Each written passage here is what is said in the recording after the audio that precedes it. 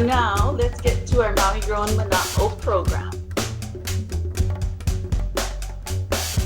If you don't know him, you're in for a treat. You'll be surprised at how much you will learn in just one presentation.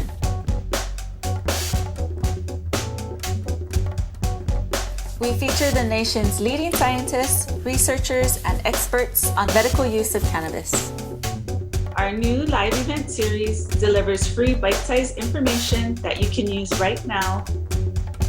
We welcome you to this special presentation of Maui Grown Mana'o.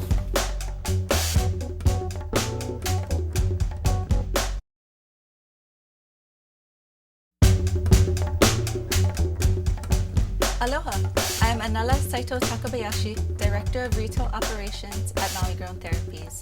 Welcome to this educational presentation by Dr. Donald Abrams in our Maui Grown Mana'o series of online events. Maui Grown Mana'o launched in April of 2020 after the pandemic disrupted our popular Lunch and Learn series at UHMC. This has been a way for us to continue our mission in offering quality cannabis education. Like you, we've adapted to the ongoing changes that the coronavirus brought to our community and beyond. We are excited for this new year as we look forward to the many great things in store for our community, including the opening of our second location, Maui Grown Express in Lahaina.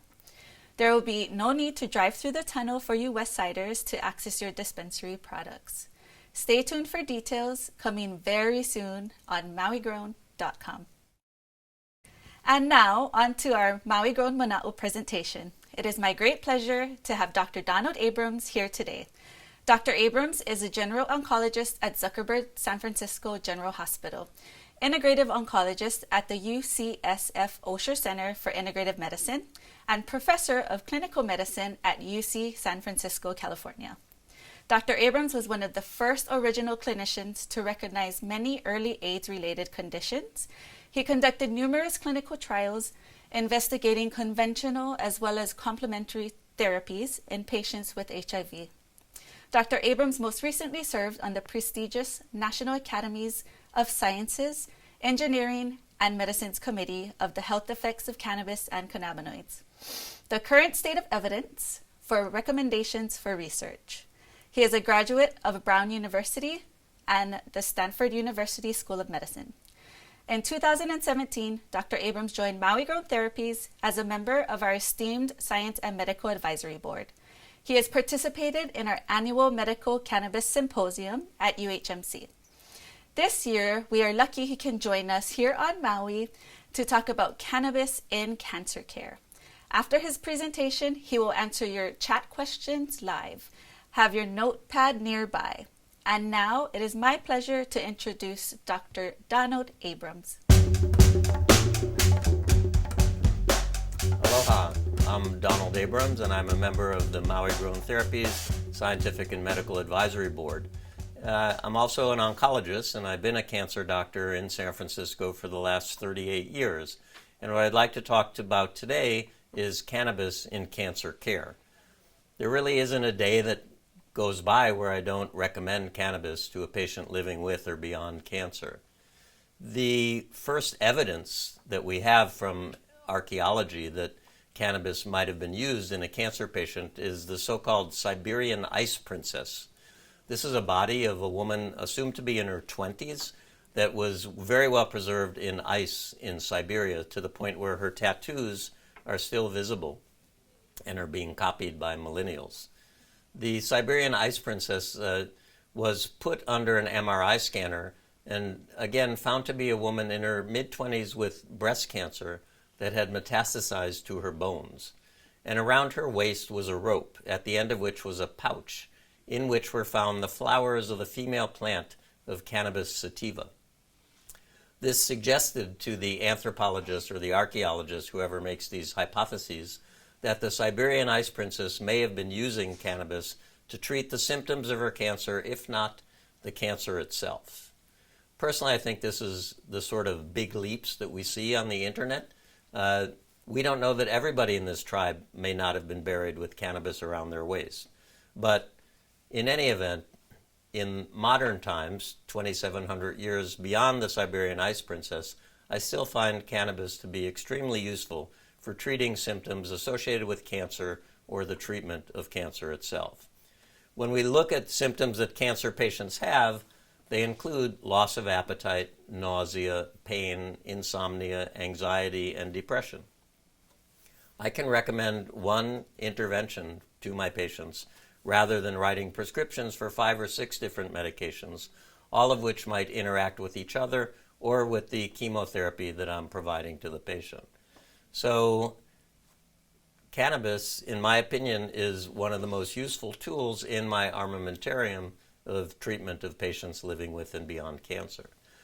I was one of the 16 members of the National Academies of Sciences, Engineering and Medicine Committee that wrote the tome, if you will, The Health Effects of Cannabis and Cannabinoids, published in January 2017.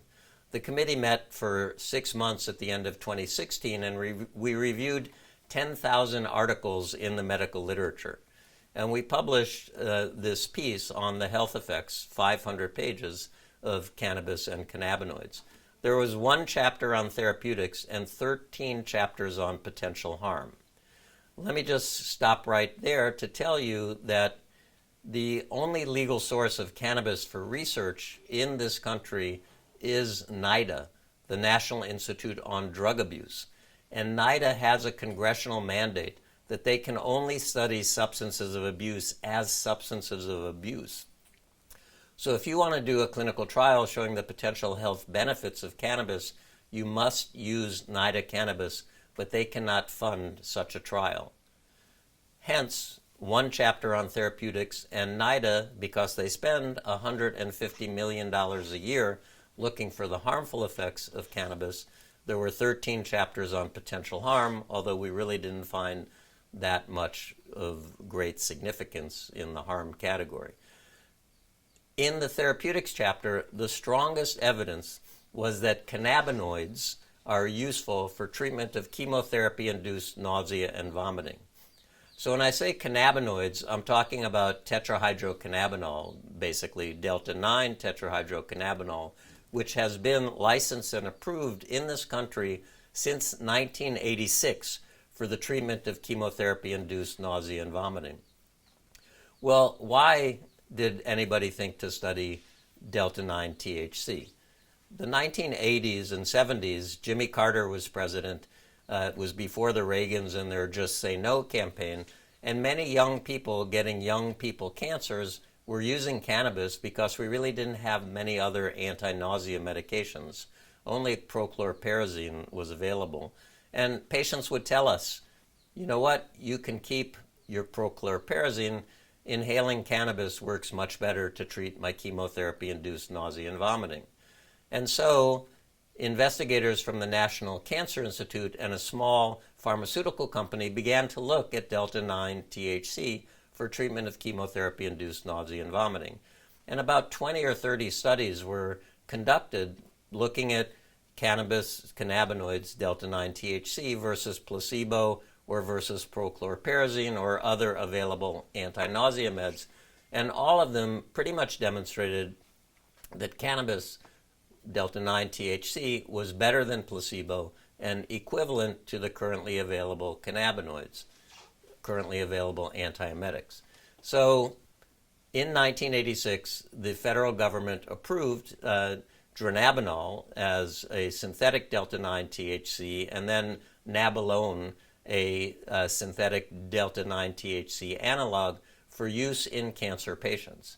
So in truth, oncologists really should have the largest experience using a cannabis-based medicine, not cannabis itself, but a cannabis-based medicine for treatment of chemotherapy-induced nausea and vomiting.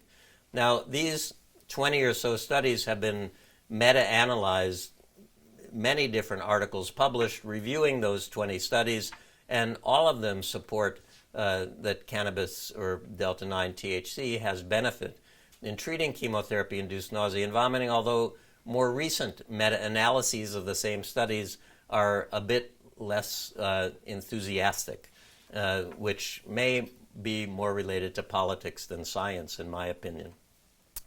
Again, where is the study showing that cannabis itself is active in treating chemotherapy-induced nausea and vomiting? Well, as I mentioned, I think the whole impetus to study Delta-9 came from the fact that cannabis was reported by patients using it to be effective. There are only 3 studies in the medical literature looking at cannabis for chemotherapy-induced nausea and vomiting. In 2 of those studies, cannabis was only made available to the patients after Delta-9 THC, its main psychoactive ingredient, had already failed, so not likely to be of benefit. The 3rd study was a study of cannabis versus the dronabinol, and it was a very difficult study to interpret. It was very small, and really I don't find it very useful. So, I believe, after being an oncologist in San Francisco for 38 years, that cannabis definitely has been of benefit to my patients with their chemotherapy-induced nausea and vomiting. Another study that was recently reported in the journal Gastroenterology looked at patients attending a gastrointestinal treatment clinic and asked them to rate 29 different anti-nausea medicines on their effectiveness. And the number one medicine that came out in that survey of these patients attending a GI clinic was cannabis. And it beat ondansetron, which is the most commonly used anti-nausea medicine in cancer patients. I find that most of my patients who receive ondansetron suffer from constipation. And I believe if you have cancer and feel that you are dying or part of you has died, the ability to move your bowels regularly is very important. So I see many patients who forego the use of cannabis, forego the use of ondansetron in favor of inhaling cannabis, and they don't suffer from constipation. So, I can't tell you how many patients in the days where I had to write letters for patients to access medicinal cannabis before California went recreational in 2018. Many times I would get patients asking me to please renew their letter. Now that they were done with chemotherapy and their nausea and vomiting was gone, they often wanted to use it for sleep, for anxiety, for depression, or just to mellow out. And I would very gladly write those letters. Another interesting time that I was asked to write letters for patients are women with postmenopausal estrogen receptor positive breast cancer who were cured, and they're now back to work. And after work, their colleagues want to go out for a drink, or they come home from work and their husband wants to have a cocktail. And these women know that there's a linear relationship between the number of alcoholic drinks and the risk of developing breast cancer. So they choose to be socially lubricated without alcohol. And because I personally believe that cannabis is much safer than alcohol, I would write them those letters very easily. Unfortunately, the American Society of Clinical Oncology, which is the organization that oversees everything that oncologists do, had a committee 2 or 3 years ago that reviewed. It was an expert panel devoted to reviewing use of anti-nausea medicines in cancer patients, and they said that cannabinoids, delta-9 THC, nabilone and dronabinol, should only be used in refractory nausea and vomiting, and that there was no evidence to support the use of marijuana in treating chemotherapy-induced nausea and vomiting. And I think that's very unfortunate, and I hope that they reconsider those recommendations. I believe it was Melissa Etheridge who said that she never could have tolerated the chemotherapy for her breast cancer if she did not use cannabis. Cannabis is also the only anti-nausea medicine that also increases appetite. However, when we reviewed the medical literature, there really is not a lot of support in the medical literature that dronabinol, or delta-9 THC, has an impact on appetite. In fact, the largest study ever conducted looking at delta-9 THC in capsule form was in patients, almost 500 patients with cancer-related weight loss.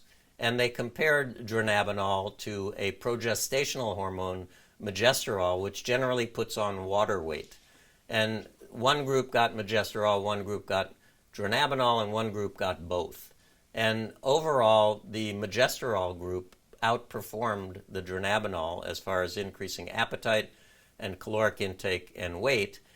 And when you added the dronabinol to the majestrol, it seemed to decrease the benefits of the majestrol. So here's where I think it's important to point out that dronabinol, delta-9 THC, is not the same as cannabis. Cannabis is 400 other compounds in addition to the delta-9 THC, and we often talk about the so-called entourage effect, that the presence of these other chemicals, the cannabinoids, the terpenoids, the flavonoids, are there to increase the therapeutic benefit of the delta-9 THC and to perhaps decrease some of the side effects as well. So I think these studies that showed that cannabinoids or delta-9 THC don't increase appetite don't necessarily reflect what we know about cannabis. I mean, on the National Academies of Science, Engineering, and Medicine committee, we would come back in the afternoon in Washington, D.C. and report what our findings were from reviewing the literature. And we said, there's no evidence that appetite is increased. And everybody around the table sort of leaned forward and said, what? Because I think everybody had gone to college in the 60s, and we all remembered the munchies. So, you know, cannabis itself does increase appetite, but interestingly, people who are chronic users of cannabis are not usually overweight, and they have a decreased risk of developing metabolic syndrome and diabetes. So there's something going on there with appetite. 2 other recent studies have looked at cannabis-related products in cancer weight loss, and both of them have suggested that cannabis can increase appetite, can increase caloric intake, but neither one of them have really demonstrated that cannabis increases weight in patients with cancer. However, I think just increasing appetite is probably enough. And when we talk about, is it the dronabinol, I mentioned this entourage effect. In the Netherlands, they have 3 strains of cannabis available in pharmacies. 2 of them are very high THC, very low CBD, and one is more CBD than THC, but almost balanced. And the patients reported that those who use the high CBD, low THC, had less sort of psychoactive, unpleasant effects, but also had less increase in their appetite. So I do believe that appetite is controlled in the brain. THC complexes with the receptors in the brain, the cannabinoid 1 receptor. CBD does not. So people often say that what is the ratio of THC to CBD that I should use to increase my appetite? And I say, I don't know, because that hasn't really been studied. Again, mainly the appetite studies have looked at THC, and we know that the endocannabinoid system, when our body makes our own endogenous cannabinoids, is very much involved in regulation of appetite. And I believe that it's via interaction with the cannabinoid 1 receptor in the brain. And again, CBD changes that receptor, so it can't really complex very well with the THC. So a recent study from Relief, the Relief app, asked many people who were using cannabis, mainly dried flowers, what they felt was providing them with the most relief of 29 different symptoms. And the patients reported, again, that dried flowers were the most effective, and they also felt that the benefits as well as the adverse effects were mainly related to THC content, and that the CBD content did neither impact on benefit or adverse effects. So, what do we know? Pain is the reason I believe we have this whole system of cannabinoid receptors and our own endogenous cannabinoids. I believe, and Michael Pollan, the journalist from Berkeley, said it best in his book, The Botany of Desire, that the reason we have that whole system of CB1, CB2 receptors, and our own endogenous cannabinoids is to help us to forget. And in his next book, The Omnivore's Dilemma, Michael's trying to gather his own food, and he writes chapters about each aspect of his food that he's trying to gather. And in one chapter, he's crouched in the wood, holding a rifle on his shoulder, holding very still, waiting to kill a deer. And he said, "This is painful." And out of the blue, because there's no other mention of cannabis in this book, he said, the reason that probably we and all animal species dependent on preying, E-Y-I-N-G, for our sustenance, have the system of cannabinoid receptors and endocannabinoids is to help us to forget pain. So I think it's also demonstrated by the fact that the cannabinoid receptors in the brain are located in very similar places to where our opioid receptors are that help us to modulate our experience of noxious stimuli. And originally it was felt that the cannabinoids and opioids might act on the same pathways, but we now know that the effect of cannabinoids on pain are not blocked by opioid receptor blockers. So they seem to be working in two different pathways. And in fact, in our review from the National Academies of Sciences, Engineering, and Medicine, we really found, in addition to chemotherapy-induced nausea and vomiting, that there was strong evidence that cannabis and cannabinoids were useful in treating pain. And the largest body of that evidence comes in pain related to nerve damage or neuropathic pain. I did one of the first studies in patients with HIV-related neuropathic pain, demonstrating that cannabis was superior to placebo in alleviating that symptom. Subsequently, a number of other studies found the same evidence that cannabinoids or cannabis inhaled was useful for neuropathic pain. A small study in diabetics who are also prone to getting neuropathic pain confirmed that cannabis products were useful as well. Neuropathic pain is a common complication of chemotherapy. At least 3 different classes of chemotherapy drugs, the vinca alkaloids, the platinums, and the taxanes, all have as one of their main side effects neuropathic pain. In rodent models, cannabinoids not only treat chemotherapy-induced peripheral neuropathy, they can also prevent it. So this is very important if this translates into humans, and of course that has not yet been studied for the reason that I previously mentioned, that it's very difficult to study the beneficial therapeutic effects of cannabis. There has been a small clinical trial of nabiximols in patients with chemotherapy-induced peripheral neuropathy. Nabiximols is a whole plant extract with a 1-to-1 ratio of THC to cannabidiol that is delivered as an under-the-tongue spray.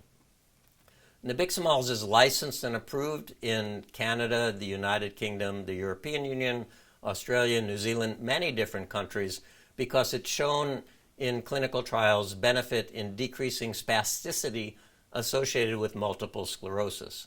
Unfortunately, nabiximols has not been approved in our country because all studies that have been done here have been negative, showing no benefit of nabiximols over placebo. But in a small 16-person study of patients with chemotherapy-induced peripheral neuropathy, this 1-to-1 ratio of THC to CBD sprayed under the tongue was no better than placebo.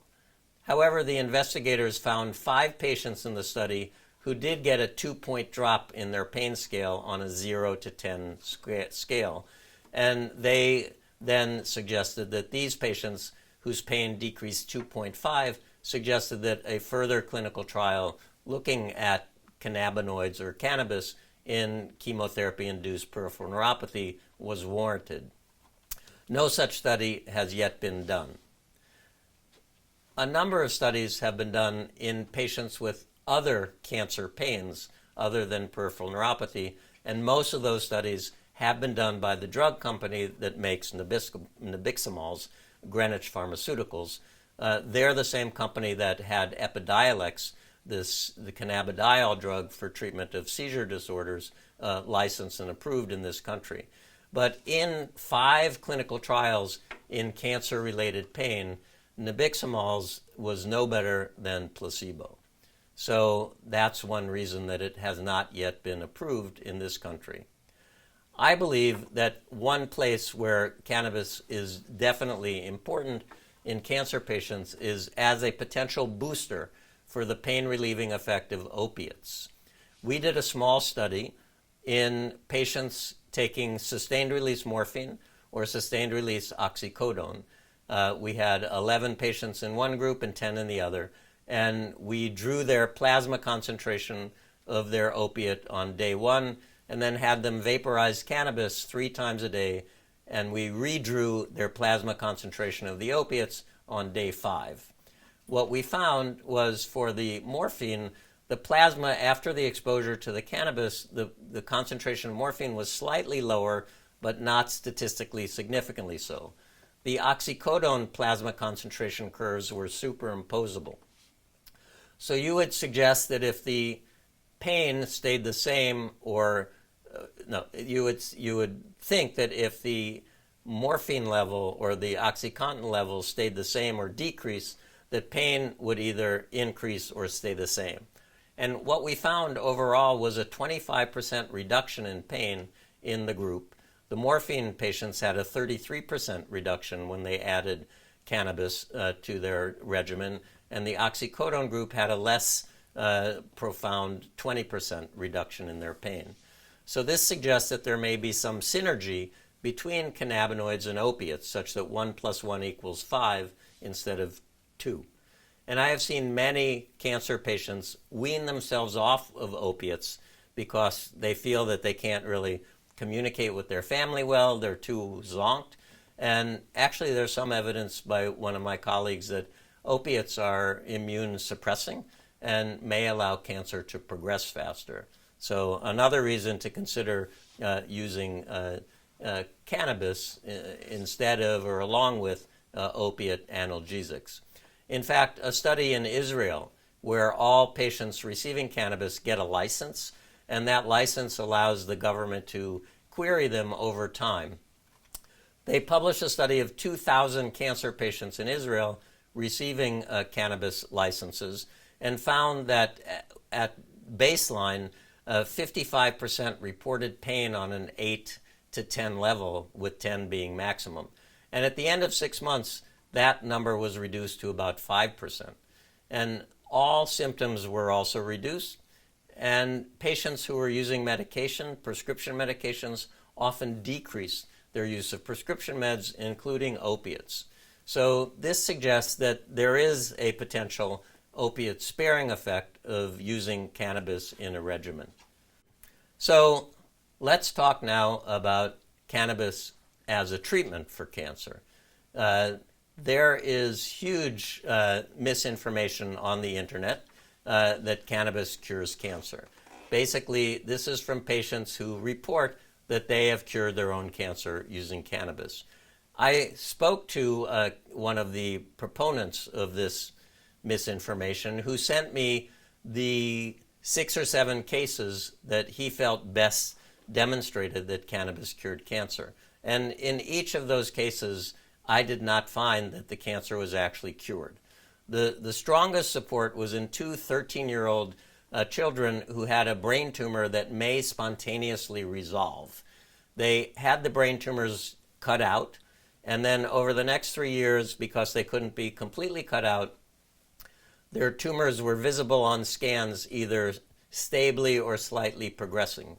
And then over the next 3 years after that, the only thing that the 2 youths had in common was that they used cannabis every day, and both of their tumors disappeared. Well, again, this could be a coincidence. This could be spontaneous regression of the tumors. All of the other cases that I was offered to look at suggesting that cannabis cured cancer, either the people were not cured of cancer or they also got conventional chemotherapy, radiation, and surgery. And so I think it's really unfair that people are proposing on the internet that cannabis cures cancer. There are also some case series that are out there that people are pointing their fingers at. There's a study in London where people received a very low dose of CBD in a cancer clinic, and there are about 119 patients receiving CBD in addition to chemotherapy.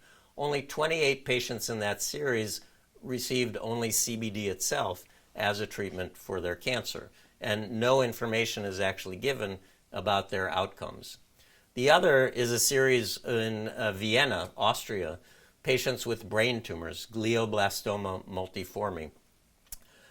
3 of the patients, however, in this small series had less aggressive forms of brain tumor. And they also received very low dosage of cannabidiol. And the author says that the 1-year survival was longer than he would have predicted from glioblastoma alone. Well, that's probably because he included 3 people who had a less aggressive tumor who have much longer lifespans to begin with. Where did this come from, that cannabis cures cancer or cannabis has any effect on cancer? Actually, it came from our own National Cancer Institute. In 1975, investigators reported that when they took Lewis lung adenocarcinoma cells, a lung cancer from an animal, and added delta-9 THC, delta-8 THC, and cannabidiol, that they were able to kill those cancer cells. This research, however, has traveled off of our shores and is now mainly done in Italy and Spain, particularly by my friend and colleague Manuel Guzman at Complutense University in Madrid. Manuel has a laboratory that studies the effect of cannabinoids on metabolism. And the most metabolically active cells in the body are the brain cells. So they grow up brain cells and they add cannabinoids and they look to see what happens. And they said, maybe we could do our research faster if we grew up a brain tumor. So they grew up a rat brain tumor and added cannabinoids and everything died. So they said, oh, we must have done something wrong. So they did it again and everything died. So they said, maybe this is a bad batch of cannabinoids. So they went back to normal brain and everything lived. Well, since that time, Manuel's lab has done very elegant research that demonstrates that when they add the cannabinoids to the rat brain tumor, remember the brain expresses this CB1 receptor, and in fact, we don't learn this in medical school, but it's the most densely populated receptor in the human brain.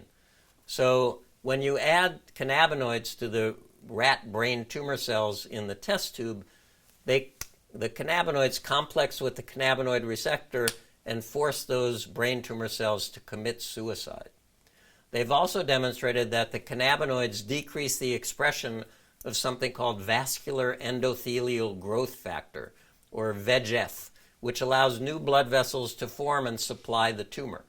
And this is also suppressed by cannabinoids. And finally, they demonstrated that adding the cannabinoids decreased the activity of an enzyme called matrix metalloproteinase 2, which allow cancer cells to become invasive and metastasize. So that's all amazing, beautiful, and elegant, but it's in a test tube and it's using rat brain tumors. So do we have any human studies? Well, yes. Manuel went to the Canary Islands, a Spanish holding, and he found 9 patients who had recurrent glioblastoma, again, the most aggressive brain tumor.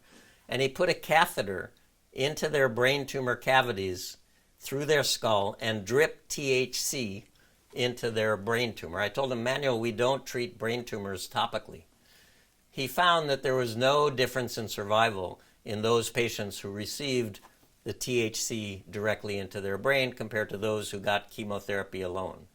However, when he took slices of those brain tumors and mixed them with THC, THC did cause the tumors to die. And when in a later study, when CBD was added to the THC, it promoted even faster killing of the tumor cells.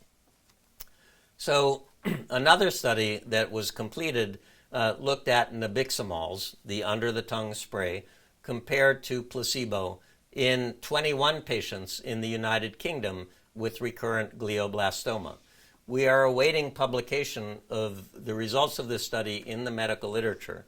It was first reported as a press release in February of 2017, and the study has not yet appeared in the medical literature, although we're told it's going to be in the British Journal of Cancer, but it's a long lag time for a clinical trial. What they did in these patients with recurrent glioblastoma who were receiving traditional brain tumor chemotherapy was 12 patients squirted the nabiximols under their tongue and 9 used placebo. At the end of 1 year, 83% of the group using nabiximols were alive compared to 44% of the placebo group, and that was statistically significant. So that's the first little peek that a 1-to-1 ratio of THC to CBD under the tongue in patients with recurrent brain tumors may impact survival. So when I'm asked by my cancer patients, does cannabis cure cancer? I say, I don't think so. But if I had a brain tumor, a glioblastoma multiforme, or a lesser form, I might consider using a 1-to-1 ratio of THC to CBD. However, as I've expressed earlier, I do have concerns that maybe they should have studied THC alone, because THC complexes with that cannabinoid receptor, whereas CBD changes the shape of it so that they cannot necessarily complex as easily. Now, there is a study that a friend of mine in Minneapolis is doing for people who believe that they have cured their cancer using cannabis alone.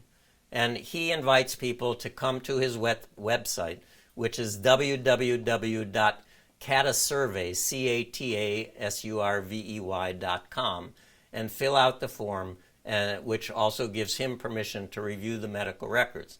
Because there are so many people out there that believe that cannabis is going to be useful in attacking their cancer.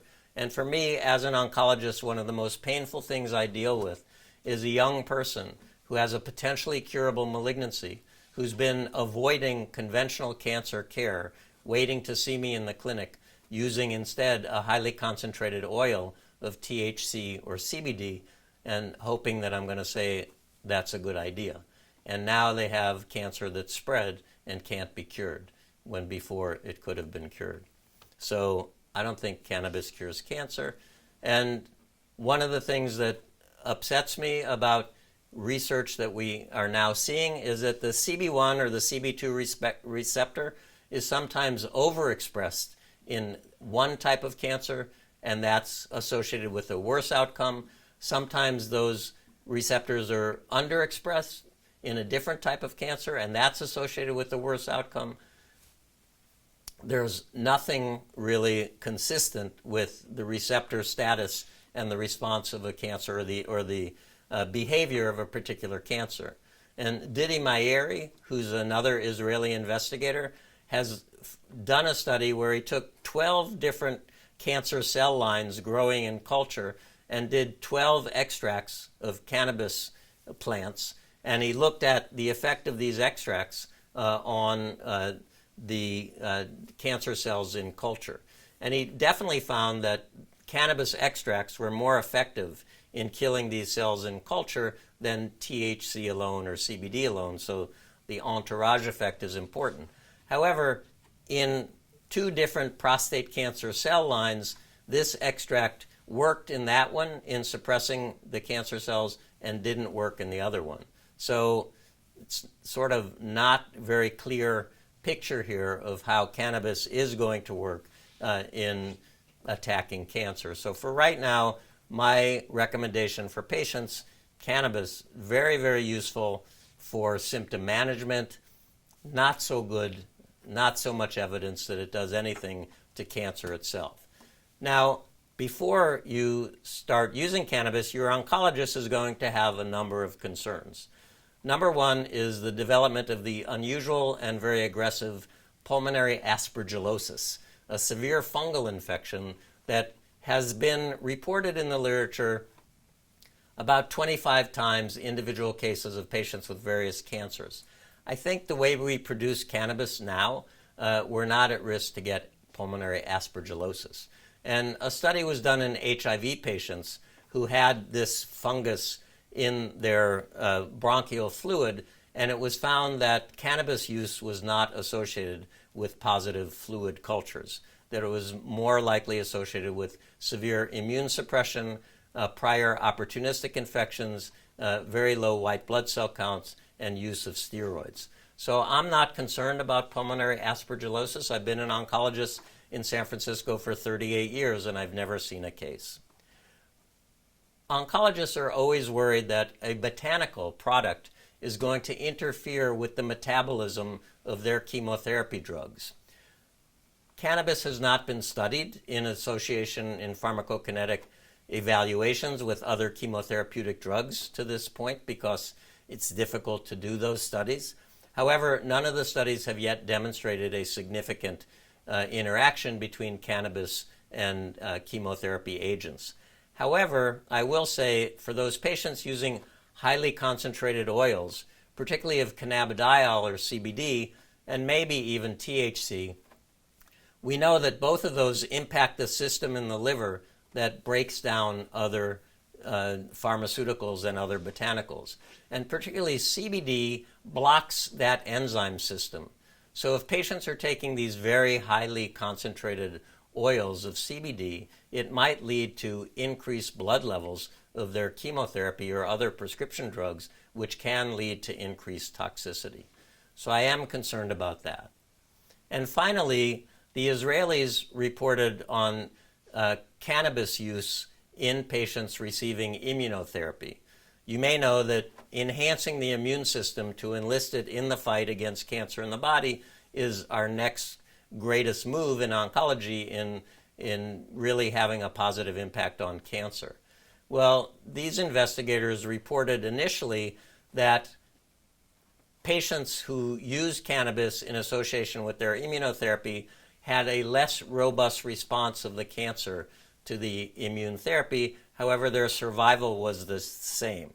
They recently reported, however, in an updated article in a different group of patients in Israel receiving chemotherapy, that not only did the immunotherapy not work as well, but survival was impacted, and those patients using cannabis had worse outcomes. So I do let my patients know about those findings so that they can make an informed decision as to whether or not they want to use cannabis if they're receiving one of those checkpoint inhibitor, immune therapy, anti-PD-L1 regimens that we're currently using with increased frequency in cancer care. So in conclusion, never a day goes by where I don't recommend cannabis to cancer patients. I have one drug that can treat nausea, increase appetite, help with sleep, pain, mood, anxiety, depression. I ask all of my cancer patients, what brings you joy? The number of cancer patients that tell me that gardening brings them joy is not insignificant. I think that if you think that you're dying or part of you has died, the ability to bring life out of the ground is a blessing. And if you can grow your own medicine, that's very empowering. So cannabis for symptom management, although there's not enough evidence for your oncologist to say, yes, please, the evidence supports it, I'll tell you that after 38 years of being an oncologist in San Francisco, the evidence supports it. Again, after 38 years of being an oncologist in San Francisco, if cannabis cured cancer, I would have a lot more survivors. Because I'd venture to say that most of the patients that I've treated in my career have used cannabis in some sort of another. So I think the evidence that cannabis cures cancer is not yet there. Finally, please let your oncologist know that the risk of pulmonary aspergillosis is really quite low, that if you are using highly concentrated CBD or THC oils, that's important to let your oncologist know as well to avoid any botanical drug interactions. And if you are getting treated with an immunotherapy, think about the Israeli data that shows that patients who use cannabis concurrently have inferior outcomes. Cannabis in cancer care, I think, is there to stay. So I hope I was able to share information with you that will allow you to have a smooth journey. Thank you. Mahalo. Aloha.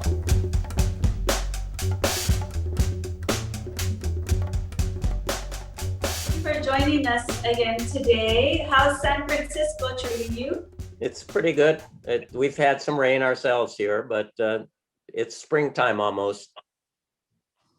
All right, well, I always learn so much from these Maui Grown Mana'o episodes. Thank you for sharing your wealth of knowledge with the Maui community and beyond. We have tons of questions rolling in, so why don't we just jump right into them? Our first question is from one of our Maui Grown Therapies patients. She's wondering what your experience is with full extract cannabis oil.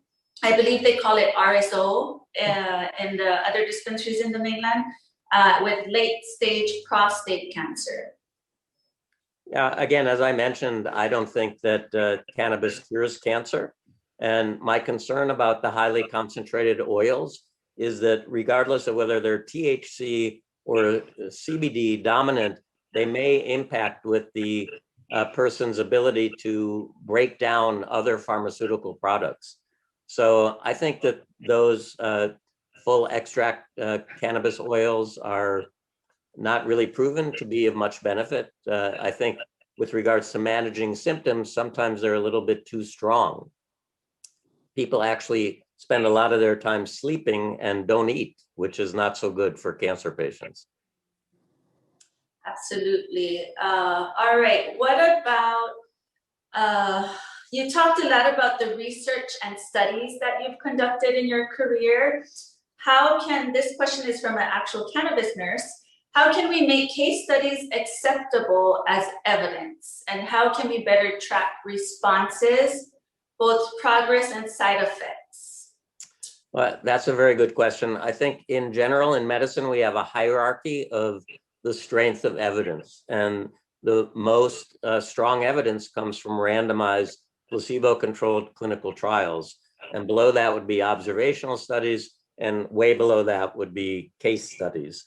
Again, this is what Dylan Zilla in Minneapolis is trying to do, collect case studies from numbers of people who are reporting that cannabis cured their cancer. And if you get a lot of those case studies together, then that might strengthen the evidence. So I think it's a good question. And with so much data being collected by our devices nowadays, I think if you're dealing with people who are using cannabis products, as much information as we can collect, and I know Maui Grown collects a lot of information from patients, and it's very useful to help us figure out where to go next in the research. Exactly. We use several different databases to collect information. I believe you used the Relief app in one of your talks previously. We've been using that to collect patient data on our products, as well as our online ordering system. We're collecting information from patients that way. So there's tons of information. It's just a matter of collecting it all and putting it together to present it to patients. Yeah, and again, I would reiterate, if people think that they've cured their cancer using cannabis alone, that CATA survey, CATASURVEY.com is the place to share that information. All right. Okay, next question for you, Dr. Abrams. Is there a particular strain you recommend for nausea? Is the ratio between THC and other elements important? You know, I don't know what strains our dispensaries carry. So my general information or recommendation is to tell the patient, go to the dispensary, tell them that you want to treat chemotherapy-related nausea, and ask them what works best. I don't know. Again, in the studies, chemotherapy-induced nausea with cannabis in the medical literature, there is really no information.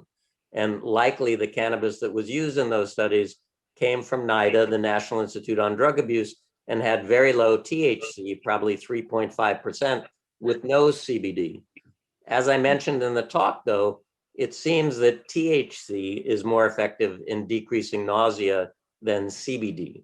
And so I think a strain that's more THC than CBD would be better. With regards to the actual ratio, again, the only ratio in the literature in medicine that we have any information on is 1:1.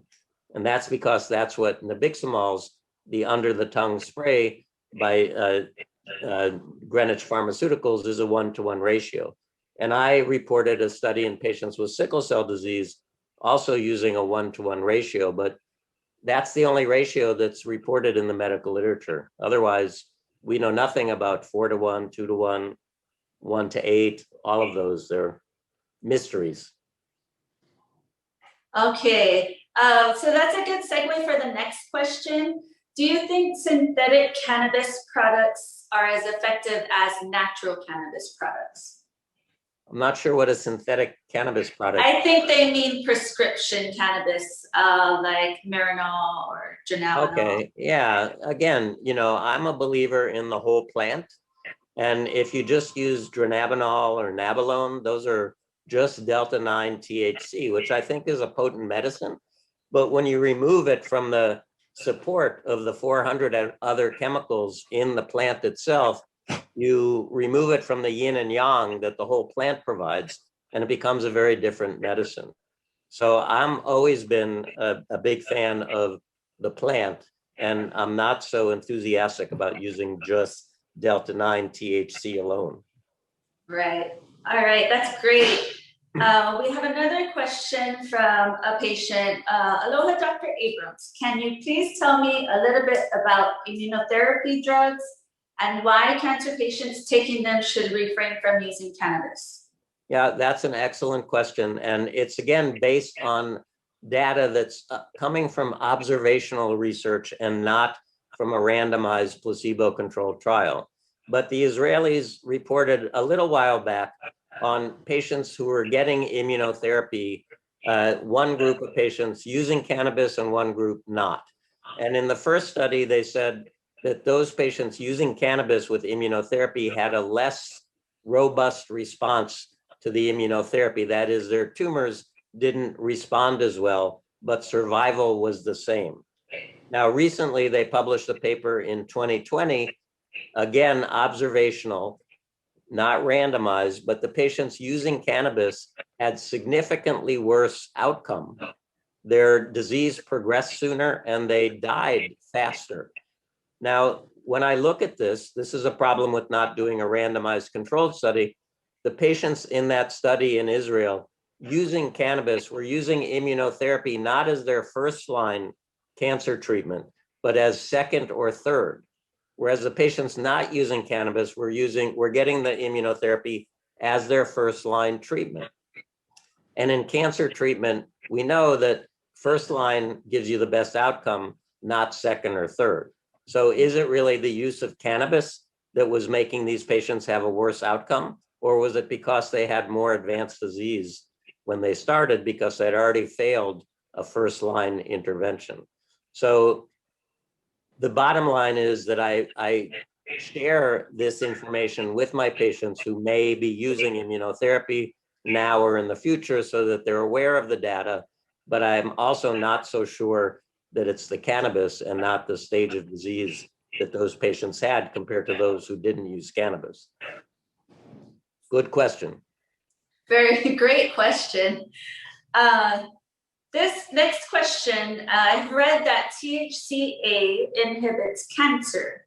Do you believe that to be true? No, I mean, everything can inhibit cancer in the test tube. So can soap suds and gasoline, but we wouldn't say that that would mean it's a therapy. What happens in the test tube does not translate into what happens in a human being. What happens in a mouse does not necessarily translate into what happens in a human being either. So I would say just because something is seen in the test tube does not mean that it's going to advance into being the same in a human being. There's another question about known cannabinoids are known to be, I think this patient means apoptosis. Yeah, so again, this is I am not a basic science researcher, but I often ask my friend and colleague Manuel Guzman in Madrid what it is that he's adding to the cancer cells that makes them commit suicide. Generally, it's THC. Often it's a laboratory cannabinoid, that it's not something that's pharmaceutical. It's just something they use in the lab. And there is some evidence that CBD also may have this benefit as well. But again, this is something that we're just in the infancy. And again, I will reiterate that what happens in the test tube or a tissue culture does not necessarily translate into a benefit when given to human beings. Right. Okay, that's great. Since you're an advocate for cannabis and cancer therapy, do you believe cannabis use is dangerous in any way? Do I believe cannabis use is dangerous in any way? Well, for people who have had a bad reaction to it, or some sort of a psychotic reaction, or even just an ego dystonic reaction where it's not pleasant, I think that's something that we want to avoid. Older people, cannabis can put a little bit of a strain on the heart because it can increase the heart rate and also increase and decrease blood pressure. So I'm often cautious in people in their late 70s or 80s to be careful if they have any heart condition, and be careful standing up too quickly, because sometimes you can get dizzy and fall down. And one of the problems in older people is that they frequently break a hip, and that can often be a pre-terminal event. So older people, people with a prior bad reaction to cannabis are people, are things that I do get concerned about. Now, that's a common recommendation we give at in the dispensary, especially when we have older patients that may be cannabis naive and haven't really used a whole lot of cannabis. Common thing we hear is that they have to get up in the middle of the night to use the restroom. So we always warn them to do it very slowly, get their footing before they actually get out of bed and make their way in the dark, because it's it happened a couple of times to not one of our patients, but somebody I know personally. So we don't ever want that to happen, especially to our kupuna or our older people that come in. So that's great. Okay, THC and CBD oil. The question is, can this be administered intravenously by a medical professional? I don't think you want to administer an oil intravenously. I think that wouldn't be good. That might lead to death. So I would say no, I wouldn't go there. Yeah. I mean, they have administered THC itself intravenously, and the effects on the psyche were too pronounced for it to have any sort of therapeutic benefit. People got very, very altered when THC was given by vein. Not a good thing. Okay, one more question about the Israeli study that you mentioned in your report. Cannabis patients who used cannabis while doing immunotherapy showed inferior outcomes. Is it just CBD that affected these patients, or does THC affect it as well? Well, the patients in Israel have the opportunity to select from a wide variety of different substances. My understanding is that this was cannabis flowers and not isolated THC or CBD that the patients were using. So in general, they were inhaling cannabis of unmentioned strain, and they could have started using cannabis anywhere from 2 weeks to 9 months prior to beginning their immunotherapy. So that information is not given in the report. That makes sense. All right, we're nearing the end of our cannabis care hour. So we'll do one last question. This one has to do with chemotherapy. So are there any types of cancer that you have treated with chemotherapy that cannabis use did not help alleviate symptoms? I don't know that I've ever really, looked at that specifically. I can't say that that's a question for which I have an answer. I hate to end on a failure, but yeah, I don't think it really matters. I found that cannabis helps all patients with all types of cancers with regards to managing their symptoms. Unfortunately, I haven't seen people who have had an improvement in their actual cancer from the use of cannabis. Very good. I enjoyed your talk, especially the part about patients growing their own garden. There's absolute truth to putting something in the ground and seeing life come out of that, and giving you a little bit of extra something to look forward to while you're dealing with cancer. So I really enjoyed that, and I thank you for sharing your knowledge and all of your years of research with us and our community. Before we go, I just want to let the people that are watching know that we have an exciting next step happening with Maui Grown Therapies. We will be opening our second location in Lahaina. So our West Side patients have a little location they can stop in and pick up their cannabis products. This will be happening in the next week. So everyone out there can follow us on social media or check out our website, mauigrown.com, or your inbox for further details with that. Our next episode is going to be with cannabis pharmacy author Michael Bacchus. He will be joining us and talking about pain management. So again, Dr. Abrams, cancer is really dear to my heart because this is the whole reason I got into cannabis and working at a dispensary is that I've had my dad pass from cancer, and I know how beneficial cannabis can be in their lives while they're dealing with various symptoms from chemotherapy and radiation. So I really appreciate you being here with us. And I look forward to you being back on Maui and getting some more vitamin D. I hope so, someday soon. Mahalo. All right, well, that's all we have time for today. So in Hawaii, we don't say goodbye. We say ahui ho until we meet again, and aloha. Aloha.